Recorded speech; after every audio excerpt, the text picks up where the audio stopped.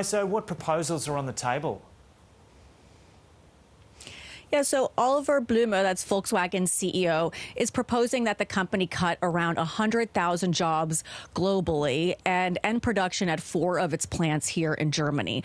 This includes the 50,000 job cuts that were announced back in March of this year. And it's a sign that things are very dire at the company. That's something that Blume has reiterated himself many times. He says that these cuts are necessary for the company to survive. And that's why he formally proposed this cost savings plan to Volkswagen's board this week. Now they will have to vote on whether or not to pass it. What is interesting is that right now only 19 of the 20 board seats are occupied, with 10 of them leaning in favor of the unions and workers, and the other 9 seats representing shareholders. So it could be a tough battle for them to win because the car maker union here, IG Metall, is very, very strong. They have successfully pushed back against cuts in the past. And if the board does agree to the proposal, it's very likely that negotiations between IG Metall and Volkswagen will go on for months, if not years. Yet at the same time, Volkswagen needs an estimated €4 billion to cut an estimated €4 billion a year if it wants to pull through. And pulling through is something the German government really wants Volkswagen to do because of how important it is for Germany's economy. Yeah, and on that subject, just set that out for us. Just how important is Volkswagen to Germany? Yeah, Volkswagen is a massive job provider. It employs 650,000 people here in Germany. Wow. And an estimated 3 million people directly and indirectly by the car industry. And for a long time, when Volkswagen was still competitive in the market, that huge workforce put it at an advantage. But now the size of this workforce is coming at a significant cost. And just to put that size in perspective for a moment, Volkswagen has one of the most bloated headcounts compared to other major car manufacturers. So, for example, Volkswagen produces around the same amount of vehicles as Toyota, but has more than double the workforce. It actually has 60% more staff than Toyota.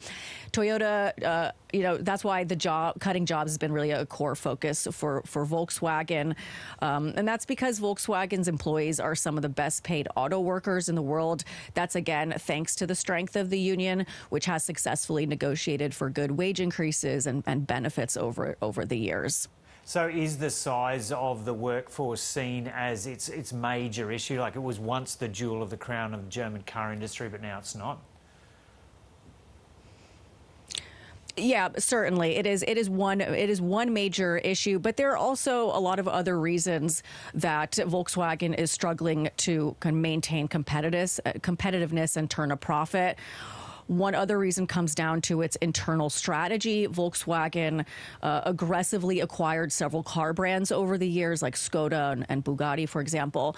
And Volkswagen has said that integrating those brands under one roof, that's the Volkswagen Group, has been really costly and has hampered their ability to react quickly to market changes. So the different designs and supply chains really made it complicated to operate.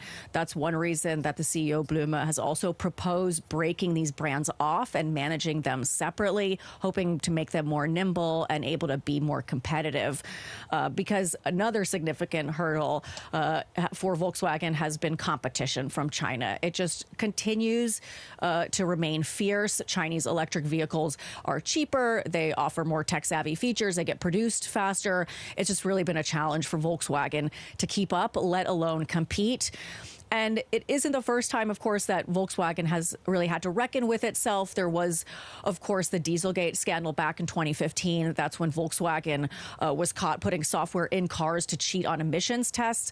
That cost the company an estimated €32 billion when you total the fines, the penalties, the settlements, and the stock market losses that they had to contend with. So Volkswagen has faced major and costly setbacks before, but this time it seems extremely difficult to regain any footing. Okay, Emily Leshner there in Berlin.